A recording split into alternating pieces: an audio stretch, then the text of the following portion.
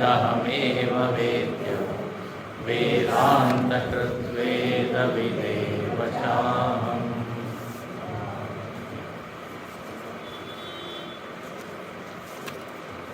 12व्या श्लोकापासून भगवंतांनी उपासनेसाठी आपली उपस्थिती सगळ्यामध्ये आहे सांगितली। आणखीन वेगवेगळ्या वस्तूंमध्ये कोणकोणत्या प्रकारे मी आहे हे सांगितलं। विभूती याला आपण म्हणू शकतो। सूर्यामध्ये, चंद्रामध्ये, अग्नीमध्ये तेज रूपात मी आहे।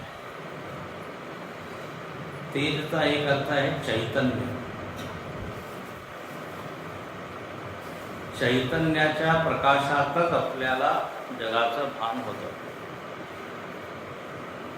चैतन्य नसेल तर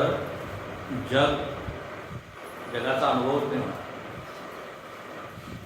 चैतन्य मनामध्ये प्रतिबिंबित होतं। मन जे तेजस्वी मन आहे, सजीव मन आहे, ते विषयांकडे जातं आणि मग विषयाचा एक आकार ते मन घेतं आणि मगच आपल्याला ज्ञान होतं।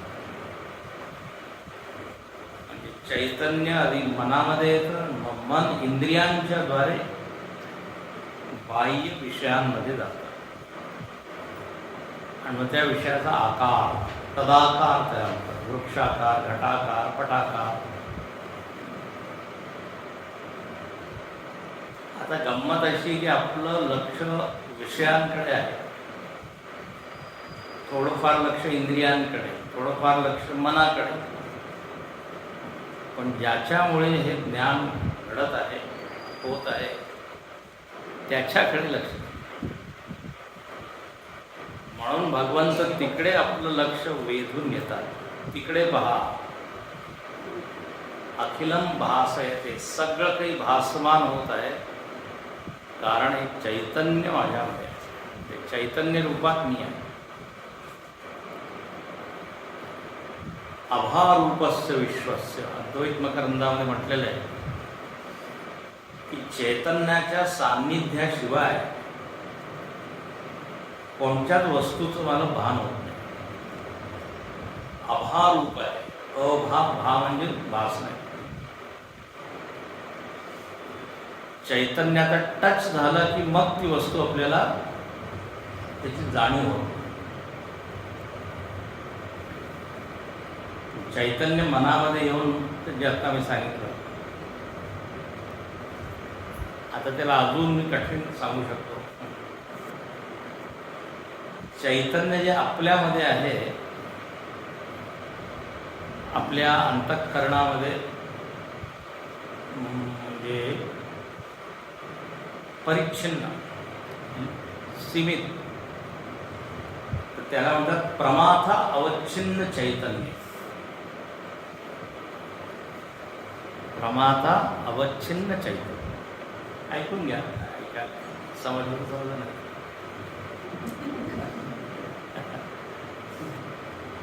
तर चैतन्य जे या अंतःकरणामध्ये घेरलेलं आहे, काय म्हणून त्याला अवच्छिन्न, परिच्छिन्न, मर्यादित। आता हे प्रमाता अवच्छिन्न चैतन्य इंद्रियांच्या द्वारे प्रमेयाकडे जातं। प्रमेय म्हणजे खुर्ची, टेबल, पहाड, गाडी। अच्छा, तिथे सुद्धा चेतन आहे, सगळ्यामध्ये चेतन आहे आपण म्हणतो की नाही, सर्व व्यापक आहे चेतन। तर ते प्रमेयामध्ये जे चैतन्य आहे त्याला म्हणतात प्रमेय अवच्छिन्न चैतन्य। इकडे चैतन्य त्याला काय म्हणू, प्रमाता अवच्छिन्न चैतन्य।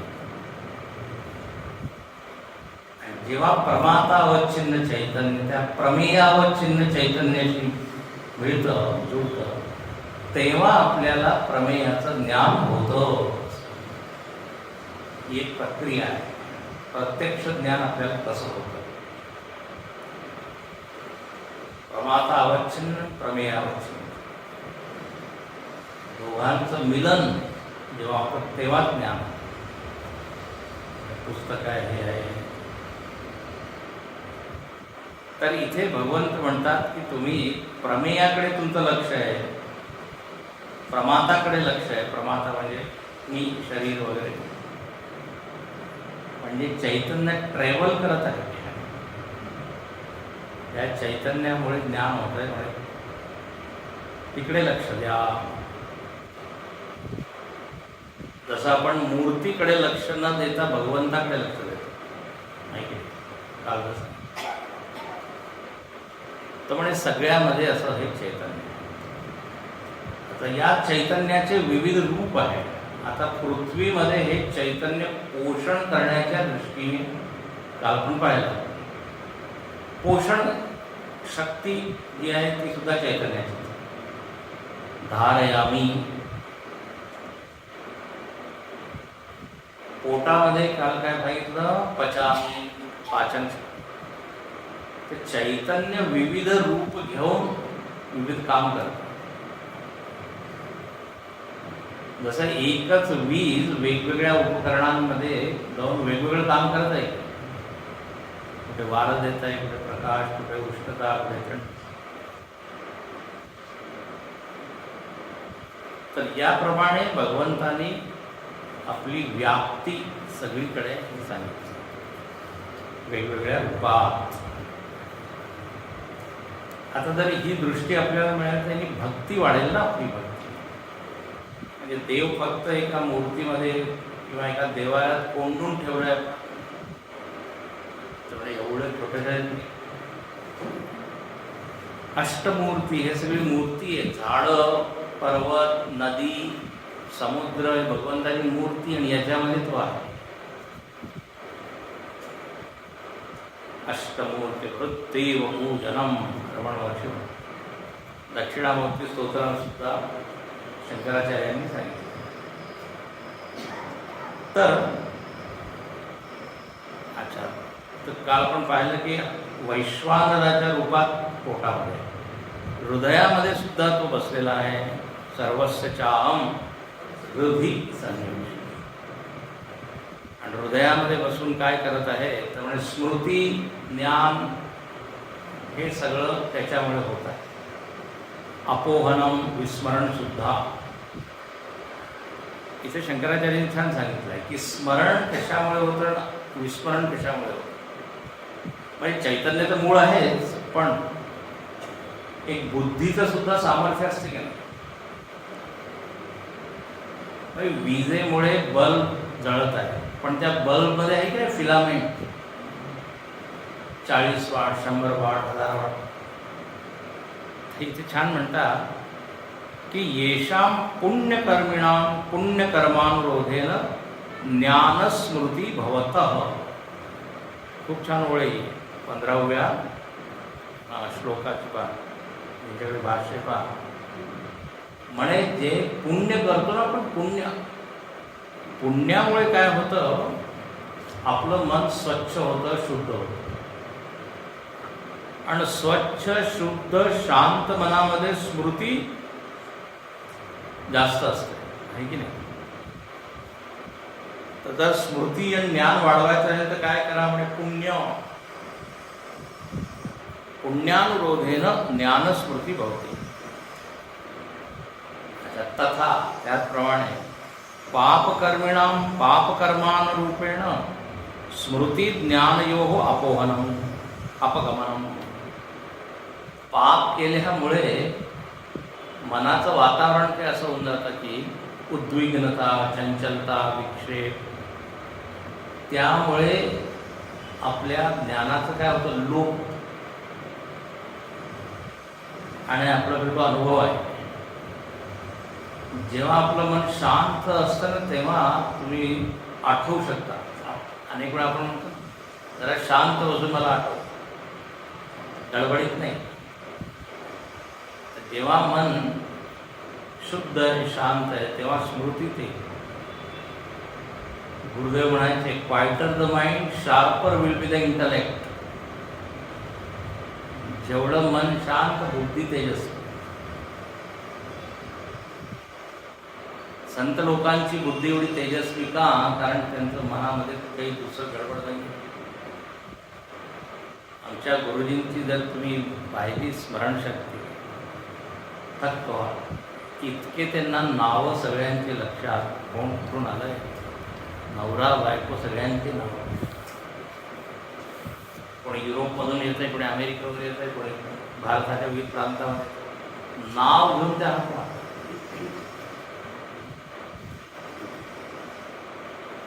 अद्भुत आहे. तर त्याचं कारण काय? सत्वाधिक्या.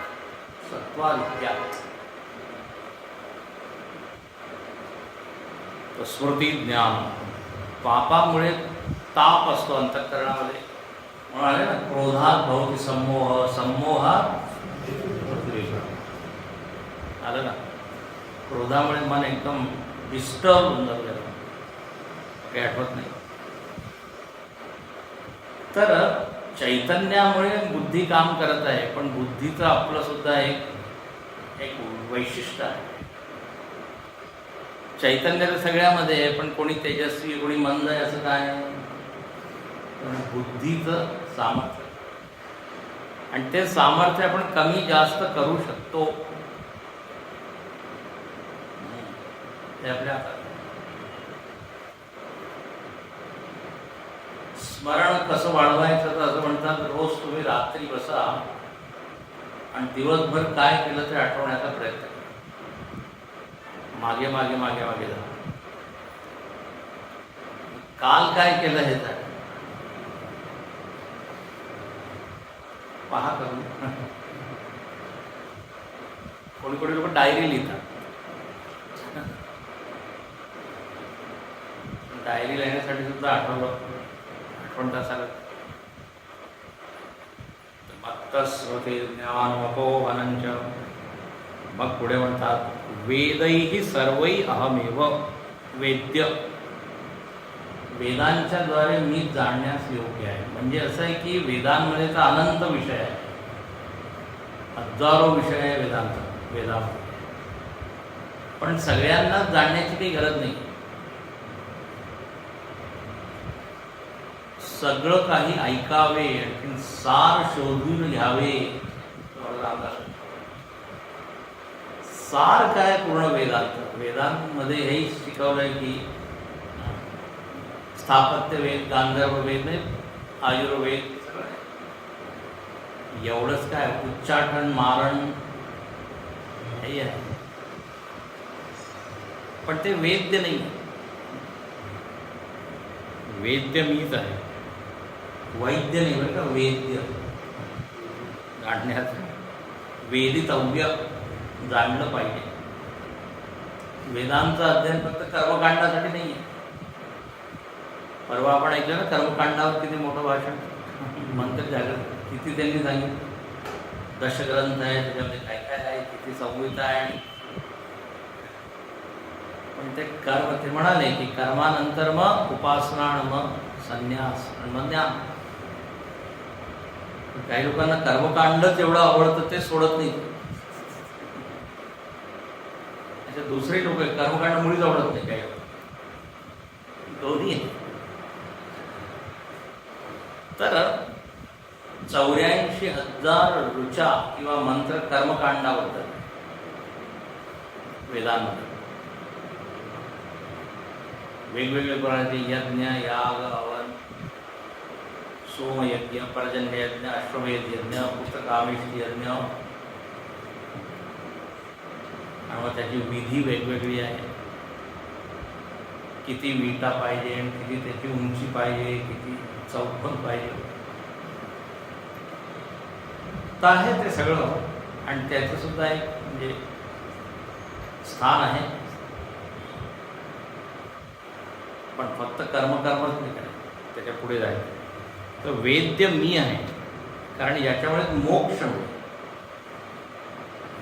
कर्मकांडामुळे सद्गती होईल, चित्तशुद्धी होईल, किंवा जागतिक अनेक वस्तू तुम्हाला मिळतील. मिळतातच लोकांना. कर्मामध्ये खूप ताकद आहे. जेवढे समाजामध्ये उपलब्धी पुरुष आहेत त्यांनी खूप मेहनत केली म्हणूनच ते तिथे पोहोचले. पण शेवटी मुक्तीसाठी परमात्मा ज्ञान. तर मी आहे ते वेदैश्च सर्वै अहमेव वेद्य. वेदांतकृत म्हणजे वेदांताचा कर्ता मी आहे. शंकराचार्य म्हणतात वेदांत अर्थ संप्रदायकृत इत्यर्थ. वेदांताचा हा जो संप्रदाय आहे तो संप्रदायाचा कर्ता मी आहे, मूळ पुरुष मी आहे. आपण सगळेजण म्हणतो ना श्लोक, 2 श्लोक आहेत गुरुपरंपरेचे. नारायणं पद्मभूम वसिष्ठं शक्तिं च तत्पुत्र पराशरं च व्यासं सुखं गौडपदं महांतं. याच्यात गुरुपरंपरा झाली. तर नारायणापासून सुरुवात. किंवा दुसरा श्लोक सदाशिव समारंभा. शैवांची परंपरा, वैष्णवांची. आणि गीतेमध्ये सुद्धा भगवंत म्हणतात इमं विवस्वते योगं प्रोक्तवानहम् अव्ययम्. कोणता अध्याय? 4. विवस्वान, सूर्याला आधी मी हे ज्ञान दिले. महर्षी पतंजली सुद्धा म्हणतात सूत्र सांगा, सगळ्यांचे गुरु ईश्वर आहे. Very good. पूर्वेषाम अपि गुरु कालेन अनवच्छेदात्. म्हणे सगळ्या गुरूंचा गुरु कोण? ईश्वर. महर्षी पतंजली ईश्वराला सृष्टीचा कर्ता एवढं म्हणत नाही, कारण योग दर्शनामध्ये सांख्य दर्शनाचाच प्रभाव. सांख्य दर्शन तर प्रधानवादी, प्रकृती परिणामवादी, प्रकृतीने परिणित. आपण सकाळच्या वर्गामध्ये खूप पाहिलं. प्रकृती योग सूत्रामध्ये काय पतंजलींनी ईश्वर जोडून दिला. सांख्यामध्ये ईश्वर जोडलं योग, म्हणून त्याला म्हणतात सेश्वर सांख्य. योग दर्शन म्हणजे सेश्वर. ईश्वराबद्दल 4-5 सूत्र आहे, जास्त नाही आहे. तस्य वाचक प्रणव क्लेश कर्म विपाक आशय अपरामृष्ट पुरुष विशेष ईश्वर. आणि पूर्वेषामि कालेन अनवच्छेदात् ईश्वर प्रणिधानात् वा. दार्शनिक चर्चा. तर सांगण्याचा मुद्दा आहे की त्यांनी ईश्वराला गुरु मानलं, आदि गुरु. त्यांनी शंकराची उपासना केली होती पतंजली. तर पाणिनी, कालिदास म्हणून सगळं ज्ञान प्रकट झालं. तर वेदांतकृत, वेदांतार्थ संप्रदायकृत. आणखीन वेदवित च अहम एव. वेदवित म्हणजे वेदार्थवित, वेदाचा अर्थ जाणणारा सुद्धा मीच आहे. वेदवित आणि वेदार्थवित काय फरक आहे? वेदवित म्हणजे वेदांना एकाने सांगितलं मी सुद्धा वेदवित आहे, मला सुद्धा माहित आहे वेद. सांग जरा 4 वेद, ऋग्वेद, यजुर्वेद, सामवेद. वेदवित आहे. वेदांचे नावं जाणणारा सुद्धा वेद, किंवा वेद मंत्र जाणणारा वेद. आता ते संहिता वाचन वगैरे झालं तर त्यांना मंत्र सगळं म्हणजे, पण अर्थ किती, अर्थावर विचार. इथे काय म्हणतात वेदार्थवित, तो सुद्धा मीच आहे. वेदाचा अर्थ मी आहे, वेदाचा सार मी आहे. आत्मतत्वच सार आहे. वेदांना जाणणारा मी आहे. याप्रमाणे इथे भगवंतांनी आपली ही विभूती सांगितली की वेद सुद्धा माझ्यापासून आहे, आणखी वेद वेद सुद्धा मीच आहे. म्हणजे वेद म्हणजे फक्त तुम्ही श्लोक पाठ नका करू किंवा मंत्र पाठ करू, त्याच्यामध्ये मला पहा. म्हणून वेद भगवान म्हणतात. वेद भगवान, वेदो नारायण, नारायणाचं रूप वेद आहे. हा एक विषय झाला 4 श्लोकामध्ये. आता हे शेवटचे 5 श्लोक. इथे भगवान भाष्यकार म्हणतात, अथ अधुना, आता तस्य एव क्षर अक्षर उपाधि प्रविभक्ततया निरुपाधिकस्य केवलस्य स्वरूप निर्दिधार विषया उत्तर श्लोका आरभ्यन्ते. आता म्हणे पुढचे श्लोक याची सुरुवात कशासाठी? तर निर्धारण करण्यासाठी. निर्धारण म्हणजे निश्चय. काय निश्चय करायचा आहे? तर म्हणे सत्य एक निरुपाधिक ईश्वर आहे. निरुपाधिक, सोपाधिक, निरुपाधिक निर्विशेष चैतन्यच सत्य आहे. त्यालाच आपण निरुपाधिक ब्रह्म. तर त्याचा निश्चय करायचा आहे. म्हणजे हे आपल्याला जाणून घ्यायचं आहे की सत्य एकमेव होतं, त्याला आपण ब्रह्म म्हणतो.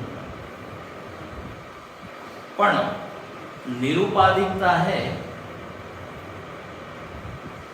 पण त्याच्यापासून जगाची सुद्धा उत्पत्ती झालेली आहे.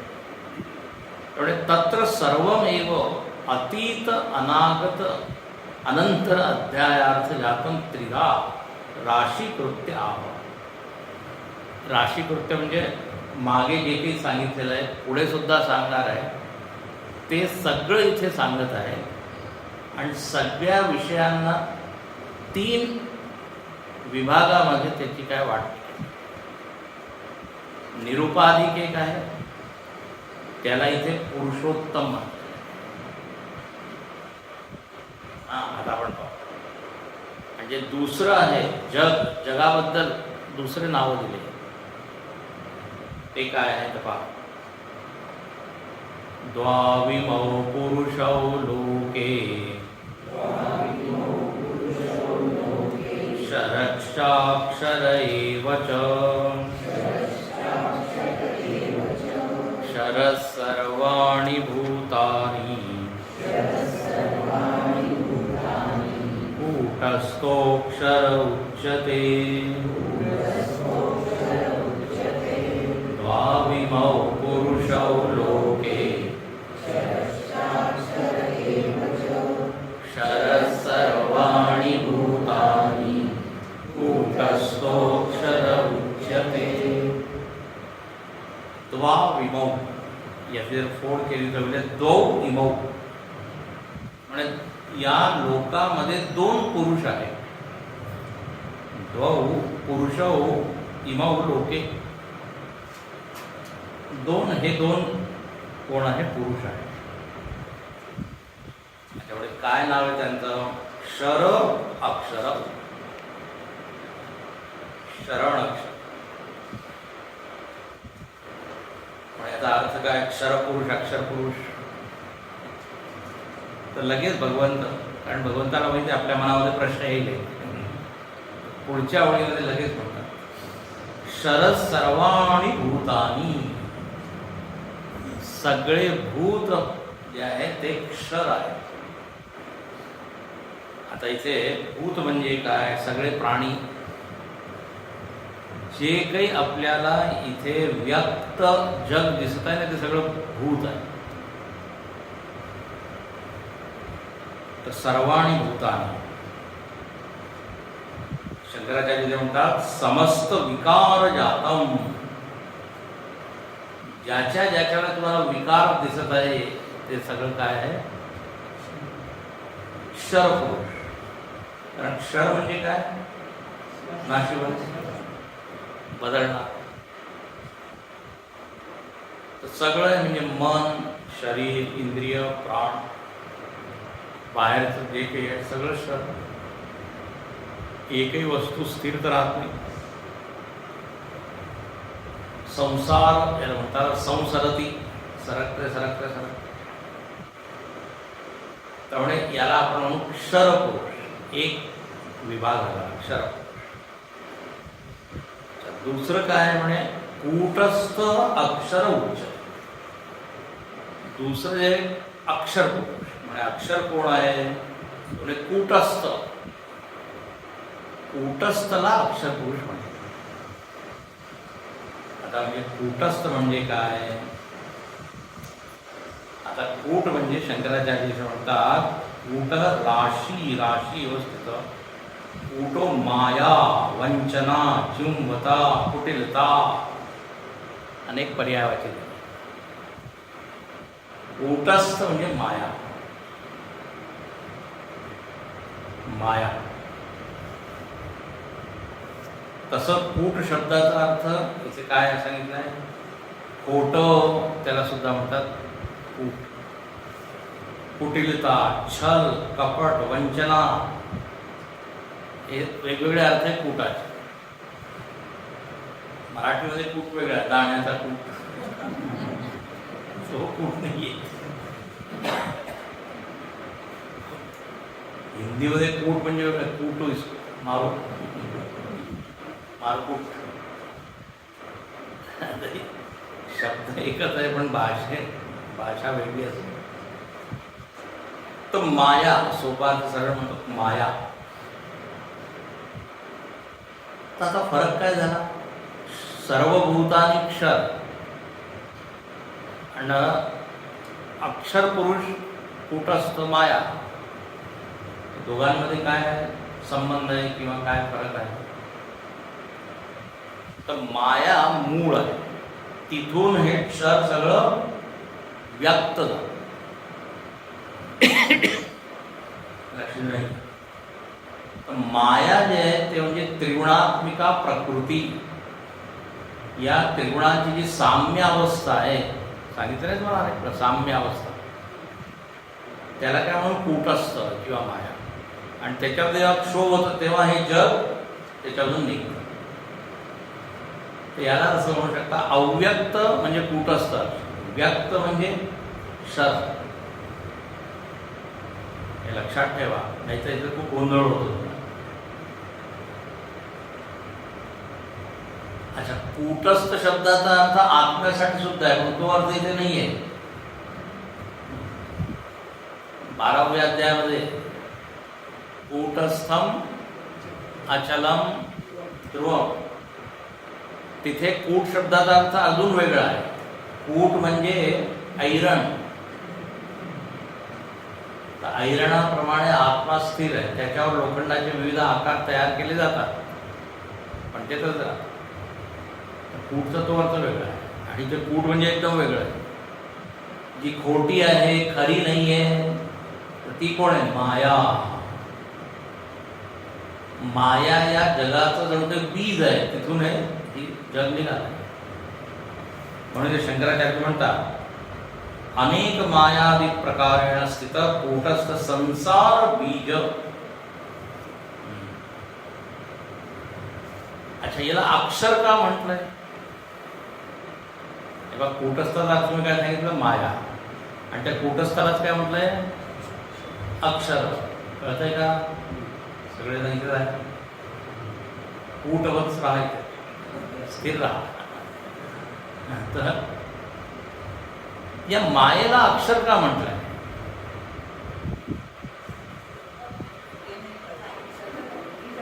हा तर काय आहे की ज्याचे जे व्यक्त होत आहे ते तर नाशवंत आहे पण जे बीज आहे ते बीज संपत नाही. म्हणून शंकराचार्य म्हणतात संसार बीज अनंत्यात अंतरहित आहे. माया म्हणून पहा संसार चालूच राहतो ना. सृष्टी स्थिती लय जगाच्या 3 अवस्था आहेत.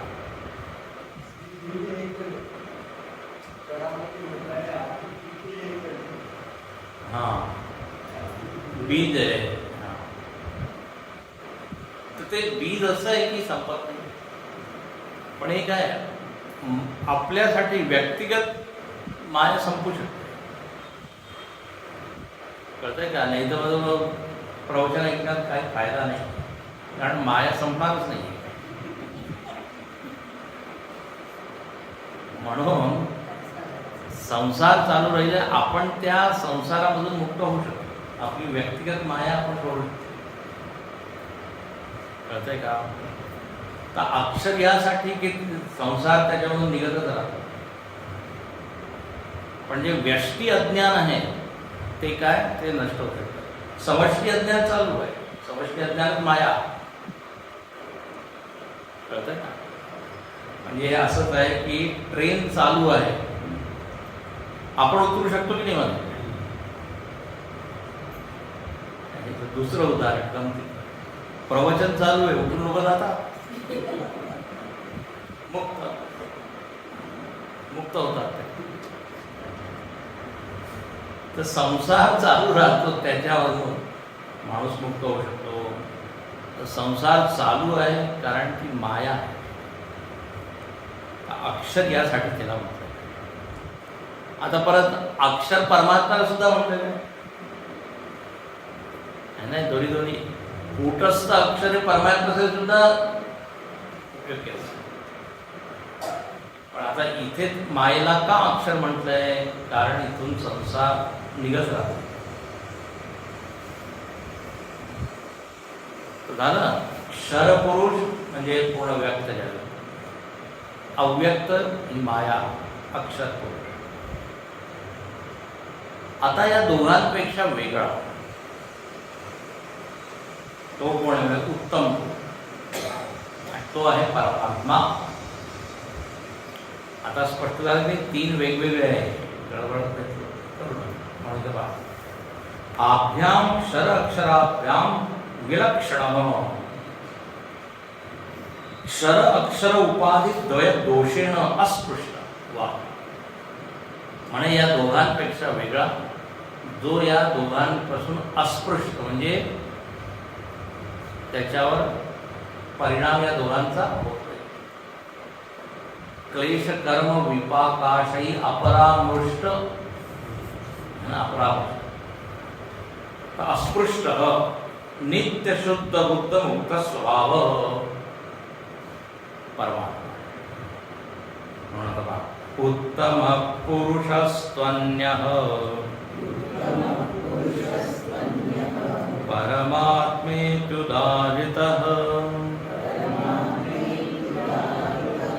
यो लोकत्रयमाविश्य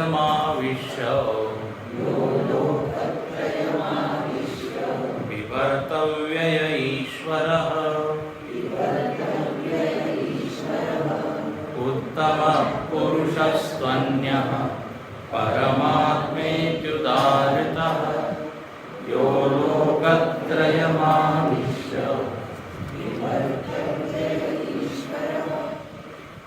उत्तम पुरुषः तू अन्यः. म्हणजे जो उत्तम पुरुष आहे तो तर या दोघांपेक्षा वेगळा आहे. उत्तम पुरुष परमात्मा तो मी आहे. आणि बघा संस्कृतमध्ये उत्तम पुरुषमध्ये मी येतं की नाही? मराठीमध्ये सुद्धा प्रथम, इकडे प्रथम पुरुष, पण संस्कृतमध्ये उत्तम पुरुष अहम, मी. त्वम द्वितीय पुरुष आहे ना, आणि तो तृतीय. प्रथम द्वितीय तृतीय. प्रथम उत्तम. भगवंत म्हणतात मी आहे आणि मी उत्तम आहे. तो उत्तम पुरुष तू अन्य, तो या दोघांपेक्षा वेगळा आहे. त्याचं काय नाव आहे? परमात्मा इति उदाहृत. उदाहृत म्हणजे म्हटले जातं, त्याला परमात्मा या नावाने ओळखलं जातं. परमात्मा, ठीक आहे. म्हणजे तो मायेपासून अलिप्त आहे, मायेचा आधार आहे, मायेचा अधिष्ठान आहे. त्याच्यावर माया सगळं खेळ करते. ही माया अशी जबरदस्त आहे. आधार या चैतन्याचा आहे, कारण तिथं स्वतःचं काही नाही आहे. आणि या परमात्म्याला झाकून टाक. ही मोठी शेवटी राजकारणी आहे, राजकारणामध्ये हेच होतं. ह्याच्यामुळे मोठं होतं त्यालाच जाऊन आता म्हणतो एडवायझर होऊन जातो, मार्गदर्शक मंडळ जे त्यांना मोठं. तर परमात्मा मायेला काय आधार, माया परमात्म्याशिवाय काम करू शकत नाही. ब्रह्माश्रयात्मिका माया असा हा परमात्मा काय करतो. त्यामुळे यो लोकत्रयम आविष्य बिभरती, हे पहा देवाचं काम. म्हणजे लोकत्रय, तिन्ही लोकांमध्ये मी प्रवेश करतो. मायेने जे जग बनवलं ना, 3 लोक म्हणा, 14 लोक म्हणा, अनेक ब्रह्मांड म्हणा, त्याच्यामध्ये मी सगळ्या वस्तूंमध्ये प्रवेश करतो. आणि मग काय करतो, बिभरती. बिभरती म्हणजे काय, भरण पोषण. शंकराचार्य छान म्हणतात, यो लोकत्रयम भूर्भुवस्वराख्यम स्वकीयया चैतन्य बल शक्त्या प्रविश्य बिभरती स्वरूप सद्भाव मात्रेण धारयति. खूप छान. ते म्हणतात की परमात्मा या सगळ्या वस्तूंमध्ये प्रवेश करून पोषण करतो. तर पोषण करतो म्हणजे काय, खाऊ घालतो, महाप्रसादाची सोय करतो. भरण पोषण करणं म्हणजे सत्ता देणं, अस्तित्व. जसं दोरीवर जो साप दिसत आहे, त्या सापाचं भरण पोषण कोण करत आहे, दोरी. सापाचं जीवन काय आहे, दोरी. जर दोरी नसेल तर साप आहे, साप आहे असं का वाटत आहे, कारण दोरी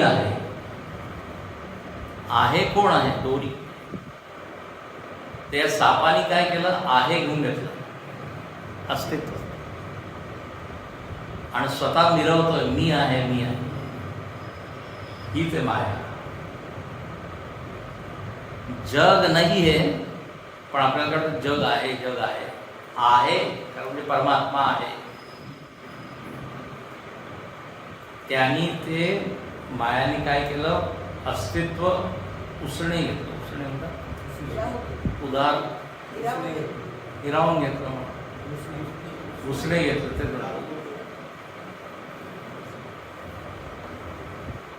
म्हणजे अधिष्ठानामध्ये जर परमात्मा नसेल तर आहे आहे आहे आपण म्हणू. तरी ते म्हणतात बिभरती. भरण या अर्थामध्ये भरण आहे. भरण पोषण म्हणजे नुसतं अन्न पाणी धन देणं हे ते वेगळे प्रकारचं. जसं लाटांचं भरण पोषण कोण करत आहे, पाणी. लाटांचं जीवन पाणी आहे. त्याप्रमाणे त्रिलोकाचं बिभरती धारयती. आणि हा ईश्वर कसा आहे, अव्ययः. यो लोकत्रयमाविश्य बिभरतव्यय ईश्वर अव्यय. शंकराचार्यचे नावच घेऊन देतात, ईश्वर सर्वज्ञ नारायणाख्य ईशनशील. ज्याचं नाव नारायण आहे. जनरल नाव काय, परमात्मा, पण विशेष नाव नारायण. तर याप्रमाणे हे जे 2 श्लोक हे फार महत्त्वाचे. आणि आता तुम्हाला बहुतेक समजलं असेल. आता सांगा, क्षरपुरुष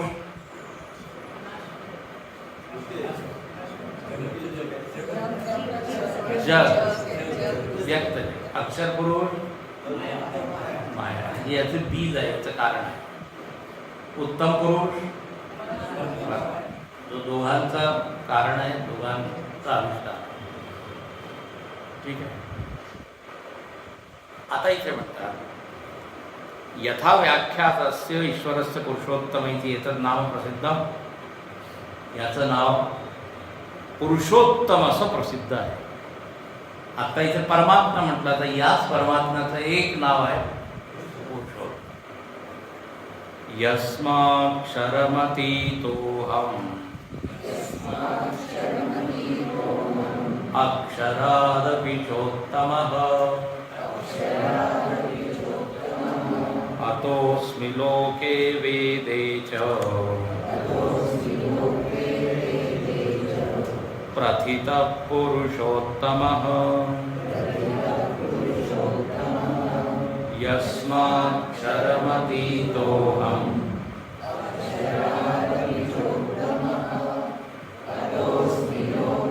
वेदे च प्रथितः पुरुषोत्तमः।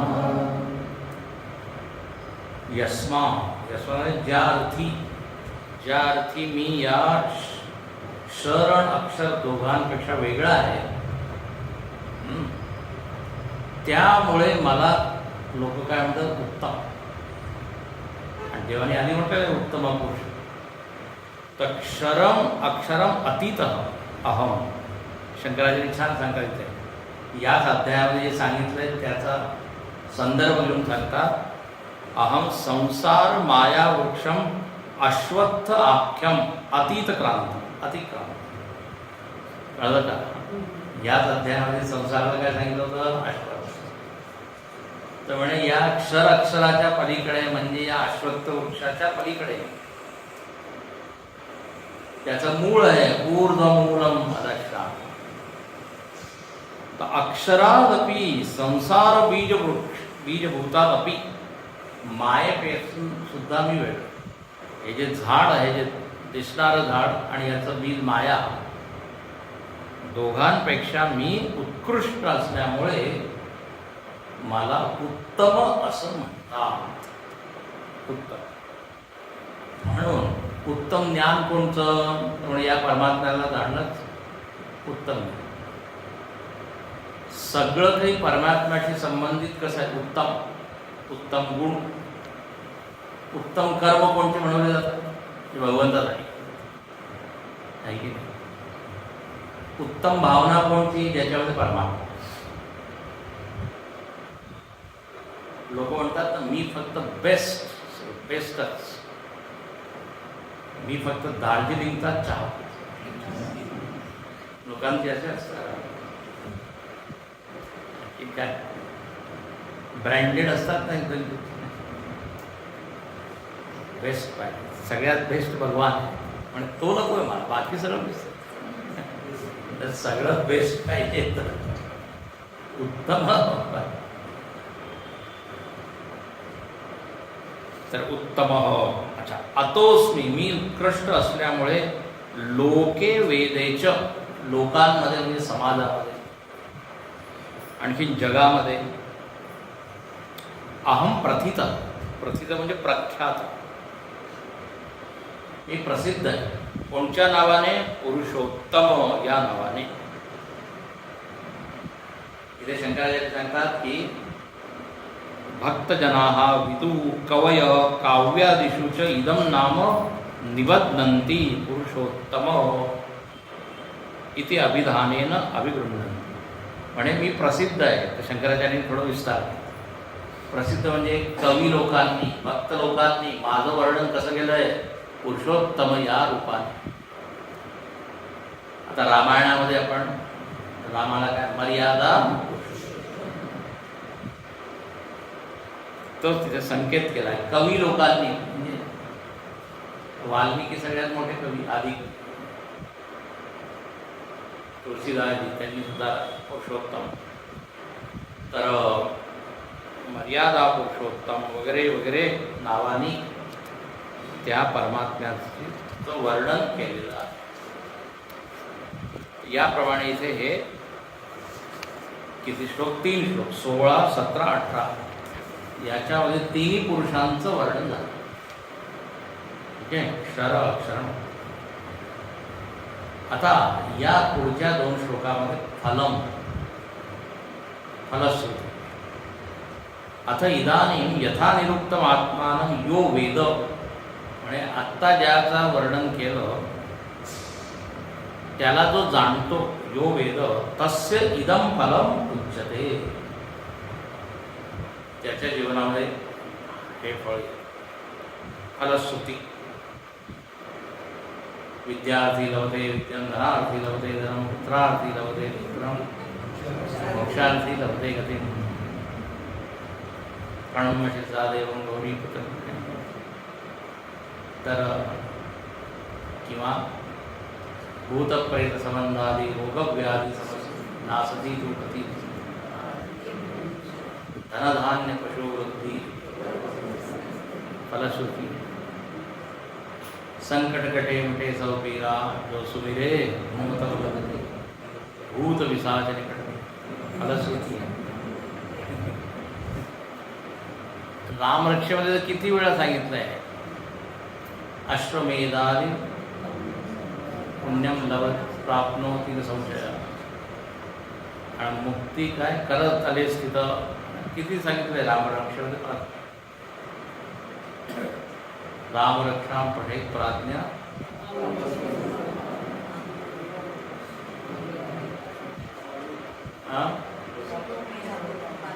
पापाग्नी सर्व पाप. तर सगळ्या स्तोत्रांमध्ये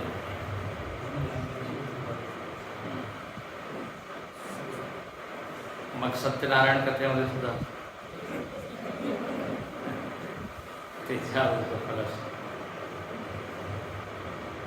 तर इथे देवाने विचार केला, जरा मी सुद्धा सांग. यो मामेवमसम्मूढः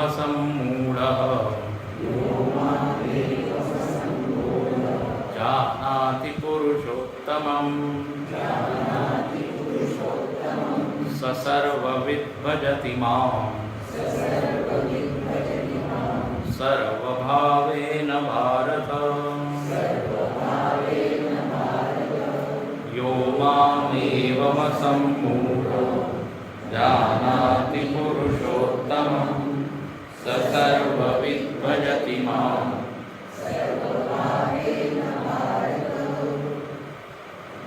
हे भारत, जो सर्व भावेन भक्ती करतो, आणखीन जो मला जाणतो, जानाति पुरुषोत्तमम, यो माम एव असम्मूढ. असम्मूढ म्हणजे मोहित न होता, मोह न पावता. म्हणजे जसं मी आहे तसं जो जाणतो. आणखीन जो काय करतो, पूर्णपणे माझी भक्ती करतो, सर्व भावेन. पुढच्या श्लोकामध्ये खरं जे फळ सांगितलं आहे त्याला काय होतं ते पुढे सांगितलं. इथे फक्त सांगितलं की जो हे करतो सर्व भावेन भजती. आता बघ, भजन म्हणजे काय? भजन म्हणजे फक्त गाणं म्हणणं नाही. भजन सेवायाम. भजन म्हणजे रमण करणं, त्याच्यामध्ये रममाण. लोक कीर्तन करतात किंवा स्तोत्र पाठ करतात किंवा पूजा करतात, हे सगळं भजन आहे. भजन शब्द खूप व्यापक आहे. भजनम नाम रसनम असं म्हणतात. देवामध्ये रस घेणे, आनंद घेणे. तर सर्व भावेनं, सर्वतोभावेनं म्हणजे पूर्णपणे 100% सर्व भाव. अर्धवटपणाने नाही. असं जो करतो त्याला मी बुद्धिमान म्हणतो. ते पुढे म्हणतात. तर इथे म्हणतात की जो भक्त आहे, आणखी जो मला पूर्णपणे जाणतो, म्हणजे मी पुरुषोत्तम आहे, मी मायेचा अधिष्ठान आहे, वगैरे वगैरे सगळं जे आत्तापर्यंत सांगितलं सगळं. जो शरणागत आहे, भगवंताला विसरत नाही. सर्व भावेने खूप मोठा शब्द. सुखामध्ये, दुःखामध्ये, संकटामध्ये, सगळ्या परिस्थितीमध्ये तो सदा आठवण ठेवतो. असं आहे. अनन्य म्हणतात ना, आनंद. असा जो आहे व्यक्ती, तो मला जाणतो. सर्वविद भजति माम, तो मला सर्वभावेन भजती. आणखी सर्वविद, मी सर्वविद आहे. सर्व वेत्ती सर्वज्ञ. त्याला हे माहिती आहे की मी सर्वज्ञ आहे. म्हणजे भगवंताला जाणणे म्हणजे भगवंताचे सगळे लक्षणं जाणणे. की भगवंत कसा आहे, तो मधुर आहे, करुणाशील आहे, कृपा करणारा आहे, सर्वज्ञ आहे, सर्वशक्तिमान आहे. अशा प्रकारे जो सतत भगवंताशी एकरूप झालेला आहे, जुळलेला आहे. हे पहा, भजन किंवा भक्तीचे सुद्धा वेगवेगळे टप्पे आहे ना. एक म्हणजे तू अन्य आहे, मी अन्य आहे, आणि एक आहे अभेद भक्ती. आत्मरूपात सतत जाणीव असणे की तू आत्मगत होता, म्हणजे भेद नाही आहे तिथे, तिथे काही परकेपणा नाही आहे.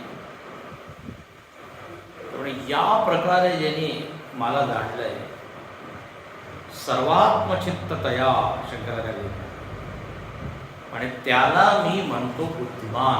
फळश्रुती काय आहे, तोच बुद्धिमान आहे आणि तोच कृतकृत्य होतो, हे फळ आहे. इति गुह्यतमं शास्त्रम् इदमुक्तं मया नघ एतत् बुद्ध्वा बुद्धिमान् स्यात् कृतकृत्यश्च भारत. इति गुह्यतमं शास्त्रम् इदमुक्तं मया नघ एतत् बुद्ध्वा बुद्धिमान् स्यात् कृतकृत्यश्च भारत.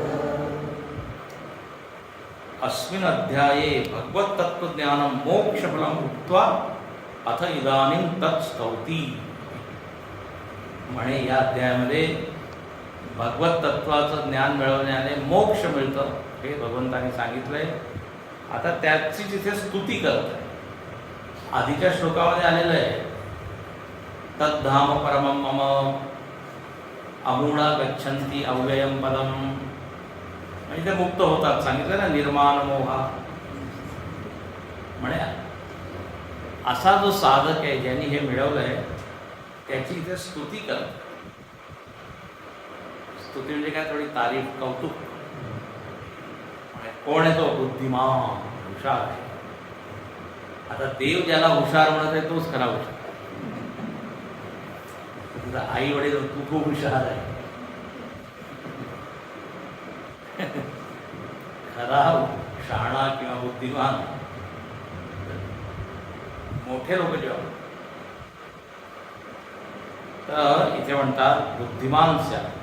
अच्छा, आता इथे एक महत्त्वाचा शब्द भगवंताने दिला, तो म्हणजे इति गुह्यतमं शास्त्रम. इति इति म्हणजे येतात, शंकराचार्य म्हणतात या अध्यायामध्ये जे सांगितलंय हे गुह्यतम शास्त्र आहे. गुह्यतम म्हणजे गोप्यतमम, अत्यंत रहस्यम. सर्वसाधारणपणे ज्याची जाणीव आपल्याला होत समजत नाही आपल्याला आहे ना. आता इथे अक्षरपुरुष सांगितलं, माहीत नाही आपल्याला. जीवाबद्दल सांगितलं किती, ते की समजत नाही आपल्याला. जीव कसा निघतो जातो ते रहस्य आहे.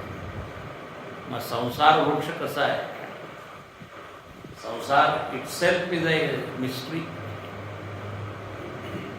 त्याच्याबद्दल सांगितलं. त्यामुळे हे जोपर्यंत आपण ऐकत नाही आपल्याला ते कळत नाही, स्वतःहून ते समजत नाही. म्हणून याला गुह्यतमं शास्त्र म्हणतात. अच्छा, याला शास्त्र म्हटलेलं आहे या अध्यायाला. शास्त्र शब्दाची काय परिभाषा आहे? अशेषार्थ प्रतिपादकम,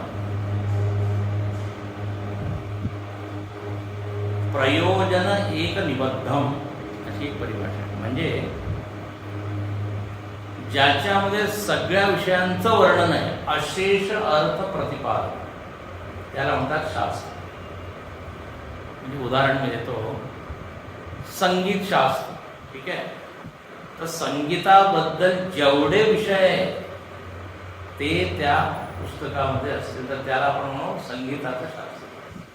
बरोबर आहे का? ज्योतिषशास्त्र, ज्योतिषाचे जेवढे अंग उपांग जेवढे घटक आहे सगळं तिथे सांगितलं. त्याला अशेष अर्थ तर आता इथे अध्यात्मशास्त्र, गीताशास्त्र, तर इथे आपल्या जीवनाशी संबंधित जे काही विषय आपल्याला जाणले पाहिजे ते सगळे इथे आहे. जगत काय आहे, ईश्वर काय आहे, मी कोण आहे. आता मग तिन्ही विषयांचं वर्णन आहे या अध्यायामध्ये. जीव, जगत, ईश्वर. तुम्ही जर लक्ष देऊन परत जर पाहिलं तर असे शास्त्र प्रतिपादक झाले. म्हणून शंकराचार्य जे म्हणतात, यद्यपि गीताख्यम समस्तम शास्त्र उच्यते, जरी या संपूर्ण गीतेला आपण शास्त्र म्हणतो तरी या अध्यायाला विशेष करून शास्त्र म्हणतात. तथापि अयम एव अध्याय इह शास्त्र इति उच्यते. कळलं? संपूर्ण गीता शास्त्र आहे, पण त्या शास्त्रामध्ये सुद्धा एक शास्त्र, एवढ्याशा याच्यामध्ये सगळे विषय त्यांनी मांडले आहेत, म्हणून याला शास्त्र म्हणतात. सर्वोही गीताशास्त्रार्थ अस्मिन् अध्याये समासेन उक्तम्. समासेन म्हणजे थोडक्यात. वेदांत पूर्ण अर्थ इथे थोडक्यात सांगितलं. वेदांमध्ये जे जे विषय आहेत, म्हणून याला शास्त्र म्हणतात. एतद् बुद्ध्वा बुद्धिमान स्यात्. जो कोणी याला जाणतो, यथादर्शित अर्थम.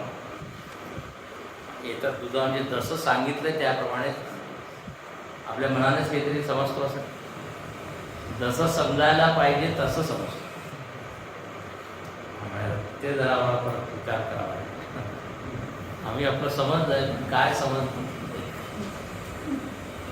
जशी अपेक्षा आहे भगवंताची तर आपण म्हणू बुद्धिमान.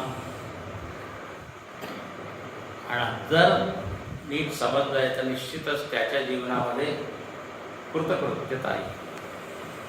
कृतकृत्यता म्हणजे शंकराचार्य म्हणतात, कृतम कृत्यम कर्तव्यम येन.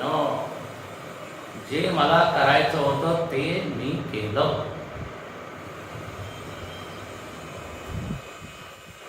जे करायचं होतं. आता बघा, आपल्या छोटी छोटी थोडी थोडी कृतकृत्यता मिळत राहते. आई वडिलांना कृतकृत्यतेचा अनुभव होतो जेव्हा मुलांचं काय शिक्षण होऊन जातं, लग्न काय, आता मी मुक्त झालो, कृतकृत्य. जे कर्तव्य होतं ते मी पार पाडलं. पण इथे म्हणतात खरं कर्तव्य काय, भगवंताला जाणं. थोड्याशा या कृतकृत्यतेमुळे आपल्याला समाधान, तृप्ती, शांती मिळते. तर जर संपूर्णपणे जर शांती, समाधान पाहिजे तर ते खरं कर्तव्य आहे आत्मसाक्षात्कार. तो जर झाला तर झाला. आणि कारण काय माहित आहे, हे जे छोटी छोटी कृतकृत्यता आहे त्याच्यामुळे काय, एक तर संपतं पण दुसरं कर्तव्य राहतं, मग तिसरं राहतं. कर्तव्य संपत नाही ना. आता आजी आजोबा झाला, आता नातवांना खेळवायचं. अमेरिकेत लोक जातात, कर्तव्य आहे. तर आई वडील जात आहे म्हणजे ही गुड न्यूज आहे.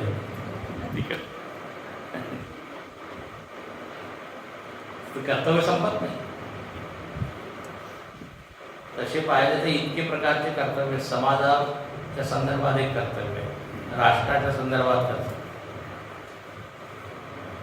आपण फक्त आपल्या कुटुंबापर्यंतच मर्यादित राहतो. देशासाठी सुद्धा मी करायचे, समाजासाठी. तर शेवटचं कर्तव्य काय, देवतत्व जे आहे त्याला जाणं. सर्वं कर्माखिलं पार्थ ज्ञाने परिसमाप्यते. ज्ञानामध्ये सगळं काही समाप्त. म्हणून जो कोणी मला जाणतो म्हणतोच खरा कृतकृत्य. आणि ते भगवान कृष्ण म्हणजे शंकराचार्य म्हणतात, जणू काही कृष्ण अर्जुनाला म्हणत आहे. शेवटचं वाक्य यत एतत् परमार्थ तत्व मत्तः श्रुतवान. आता हे कृष्णाने ते सांगितलं नाही, पण शंकराचार्यांचा भाव पहा की कृष्ण जणू काही म्हणत आहे की आता मी माझ्याबद्दल तुला सगळं काही सांगितलं, तर कृतार्थम त्वं भारत. तर माझी अपेक्षा आहे तू सुद्धा कृतार्थ झालास. शेवटी म्हणतो तुम्ही झालो कृतार्थ. याप्रमाणे इथे खूप छान हा अध्याय आहे. 20 श्लोक आहे, पण याच्यामध्ये खूप वर्णन चांगलं आहे. त्याच्यामध्ये मी सांगितलं वेगवेगळे टॉपिक्स आहेत, विषय आहेत, ते परत परत तुम्ही वाचता. ओम तत्सदिति श्रीमद्भगवद्गीतासु उपनिषत्सु ब्रह्मविद्यायां योगशास्त्रे श्रीकृष्णार्जुनसंवादे पुरुषोत्तमयोगो नाम पंचदशोऽध्यायः. पहिला श्लोक. ऊर्ध्वमूलमदशाकम् अश्वत्थं प्राहुरम्